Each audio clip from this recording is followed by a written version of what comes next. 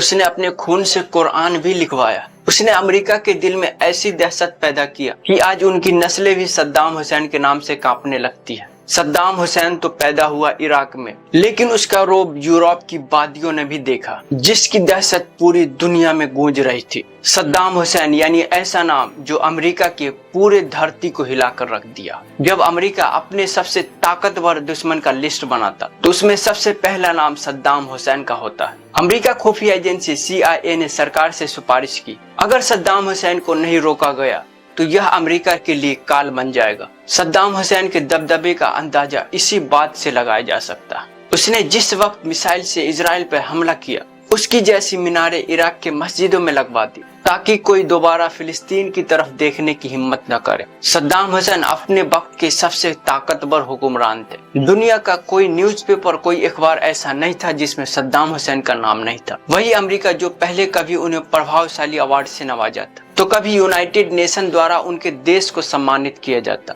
लेकिन अचानक ऐसा क्या हुआ कि वही अमेरिका जो सद्दाम हुसैन का इराक ईरान युद्ध में साथ दे रहा था, वही अमेरिका ईरान के खिलाफ सद्दाम हुसैन को हथियार सप्लाई कर रहा था। अचानक सद्दाम हुसैन का दुश्मन कैसे बन गया? आखिर सद्दाम हुसैन से गलती कहां पर हुई कि अचानक से अमेरिका की नजर में विलन बन गया? तो आइए हम चलते हैं 1968 में, जब सद्दाम हुसैन और उनके साथियों ने मिलकर इराक की सत्ता से अब्दुल रहमान आरिफ को उखाड़ फेंका। अब्दुल रहमान आरिफ के बारे में कहा जाता है यही वह शख्स था जो अपने फायदे के लिए ईरान के तेल और उनके एम्पायर को ब्रिटेन के हाथों गिरवी रख दिया था। जिस समय यह तख्ता पलट हुआ उस समय इराक और ईरान में एक जैसी हालत थी। दोनों देशों में ब्रिटेन और उसके सहयोगी देशों ने मुसलमानों के तेल और साम्राज्यों पर कब्जा कर रखा था। पश्चिमी देशों की दखल अंदाजी इस हद तक बढ़ चुकी थी, यह देश सिर्फ नाम के मुसलमान थे।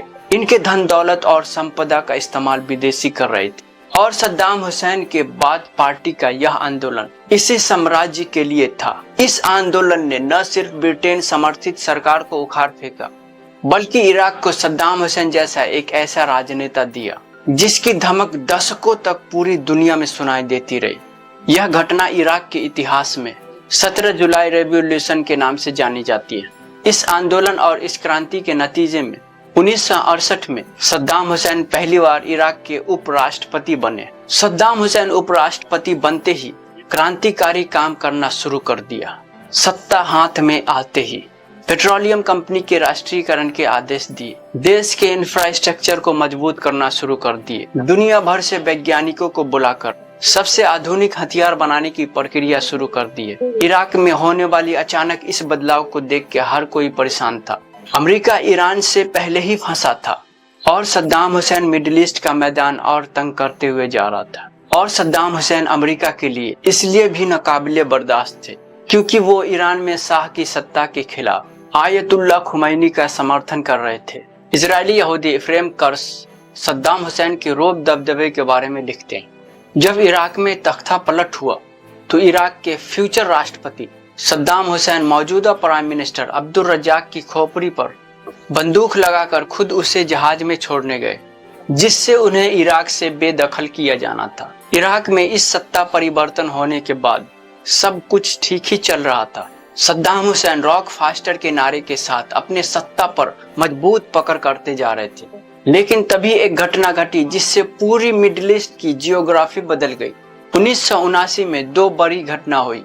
एक तो सद्दाम हुसैन इराक का राष्ट्रपति बने और दूसरा यह कि ईरान की सत्ता आयतुल्लाह खुमैनी के हाथों में आ गई। ये इत्तेफाक था इतिहास में, दो महान लोग एक ही साथ देश को संभाल रहे थे। अमेरिका के लिए इससे बड़ी नाकामी क्या होगी? ईरान और इराक एक ही साथ दोनों अमेरिका समर्थक सरकार को उखाड़ फेंका।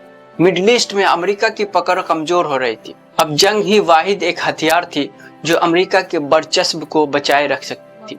अमेरिका मिडिल ईस्ट में अपना प्रभाव बनाए रखने के लिए मुसलमान देशों को जंग में झोंकने की तैयारी कर चुका था। उसे बस एक मौका की तलाश थी और वह मौका दिया ईरान ने। 1979 में ईरान की सत्ता हासिल करने के बाद आयतुल्लाह खुमैनी के हौसले आसमानों में थे। ईरान एक शिया देश में तब्दील हो रहा था और तभी उन्होंने इराक के लोगों से अपील कर दी, जिस तरह हमने सरकार को उखाड़ फेंका है उसी तरह इराक की सत्ता को उखाड़ फेंका जाए।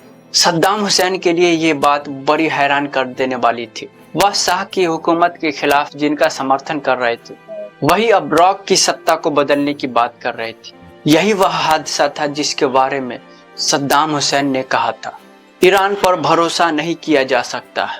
यह सब चल ही रहा था। लेखक डेविड लिखते हैं, ईरान तो अमेरिका का दुश्मन था ही। अमेरिका का रीगन एडमिनिस्ट्रेशन ईरान को खतरे के रूप में देखता था। ऐसे में उसने इस जंग में सद्दाम हुसैन का समर्थन करने का फैसला किया। अमेरिका ने ईरान के खिलाफ सद्दाम हुसैन को हथियार देना शुरू कर दिया और उसकी हर तरह से मदद की और कई मुस्लिम देशों को इराक के समर्थन में खड़ा कर दिया। एक तरफ सद्दाम हुसैन अपनी सत्ता बचा रहे थे तो दूसरी तरफ अमेरिका सद्दाम हुसैन का सहारा लेकर फिर से ईरान को कब्जा करने का ख्वाब देख रहा था।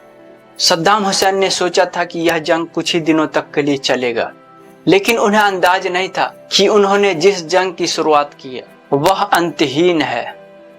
सद्दाम हुसैन ने जब हमला किया वह साल 1980 था। जब वह जंग खत्म हुआ तो वह साल 1988 था।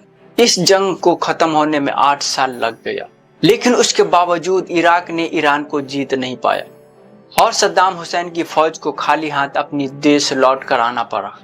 अमेरिका इस जंग में इराक और ईरान की मदद नहीं कर रहा था, बल्कि वह इन दोनों देशों को बर्बाद करने का तरीका ढूंढ रहा था और सद्दाम हुसैन को बर्बाद करने का स्टोरी इस युद्ध से पहले ही लिख दिया। जबकि सद्दाम हुसैन पर इस जंग में केमिकल हथियार के इस्तेमाल के आरोप लगाए गए। 1990 तक सद्दाम हुसैन दुनिया के सबसे लोकप्रिय चेहरा बन चुके। उनके रोब और दबदबे के आगे अमेरिका साम्राज्य फीके नजर आने लगे थे। अंतर्राष्ट्रीय मैगजीन न्यूज इंटरनेशनलिस्ट के मुताबिक सद्दाम हुसैन के दौर में इराक सबसे ज्यादा अमीर देश था। सद्दाम हुसैन पहला व्यक्ति थे जिन्होंने इराक में शिक्षा को अनिवार्य कर दिए थे।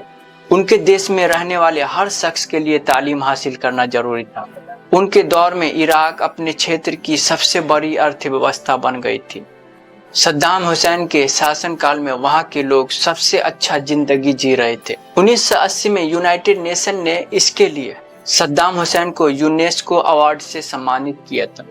सद्दाम हुसैन की बढ़ती हुई लोकप्रियता और उनके रोब और दबदबे को अमेरिका अब खतरे के रूप में देख रहा था। सद्दाम हुसैन जिस तेजी से आगे बढ़ रहे थे उससे अमेरिका क्या मुस्लिम देश भी दहशत में थे। यह सब चल ही रहा था कि 1990 में सद्दाम हुसैन को खबर मिलती है कुवैत उनका तेल चुरा रहा है। सद्दाम हुसैन इस मामले को लेकर अमेरिकी राजदूत के पास गए। उसने भरोसा दिलाया कि मैं इराक के साथ हूँ और सद्दाम हुसैन इसी भरोसे पर आकर कुवैत पर हमला कर दिया। कुवैत पर हमला करना सद्दाम हुसैन की सबसे बड़ी गलती थी। उन्होंने जैसे हमला किया अमेरिका ने 38 देशों की फौज को बनाकर इराक में उतार दिया। सद्दाम हुसैन अपने साथ हुए धोखे को समझ पाते उससे पहले आधा बगदाद मिट्टी में मिला दिया गया। जिस वक्त ये सब हो रहा था उस वक्त अमेरिका की गद्दी पर जॉर्ज बुश बैठा था। आपको जानकर यह हैरान हो सकती है 38 देशों की इस गठबंधन में कुल 6,70,000 सैनिक थे, जिसमें 4,25,000 सैनिक केवल अमेरिका के थे। अमेरिका ने इराक को कमजोर करने और सद्दाम हुसैन को खत्म करने के लिए $61 बिलियन की धनराशि खर्च की थी।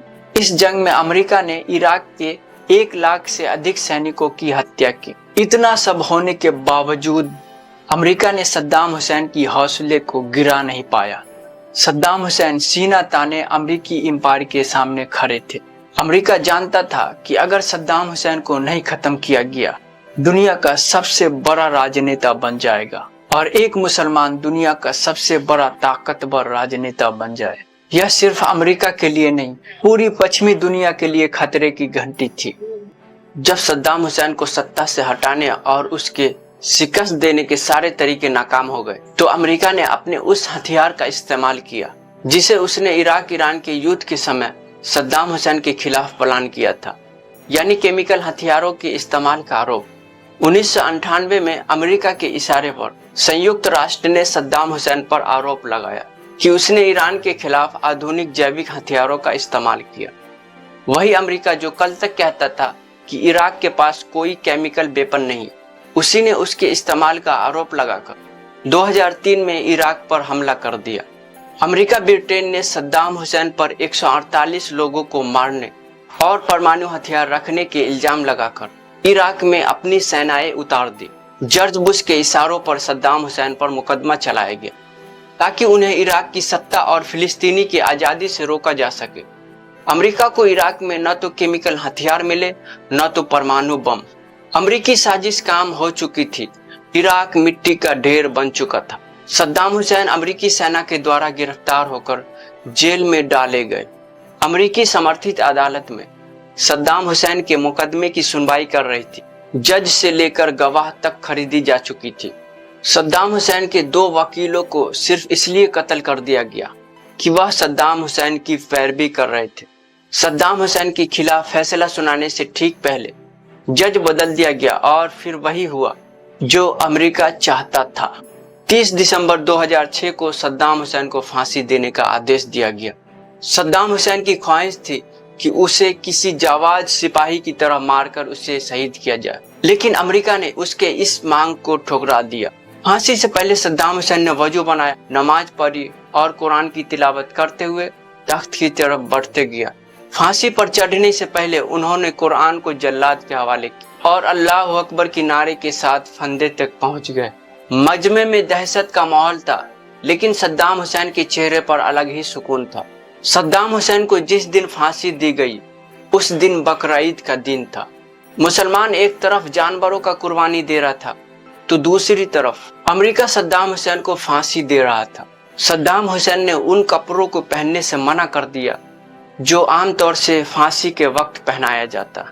सद्दाम हुसैन वो पहला इंसान था जिनकी मौत का मंजर पूरी दुनिया देखा। सद्दाम हुसैन को जब फांसी के लिए ले जाया जा रहा था तो उनकी सुरक्षा में लगे लोग रो रहे थे, क्योंकि उन्होंने आज तक इतना बेहतरीन इंसान नहीं देखा। यह इतिहास में पहली बार था कि इराकी प्रेसिडेंट की मौत पर अमेरिकी सेना आंसू बहा रहा है।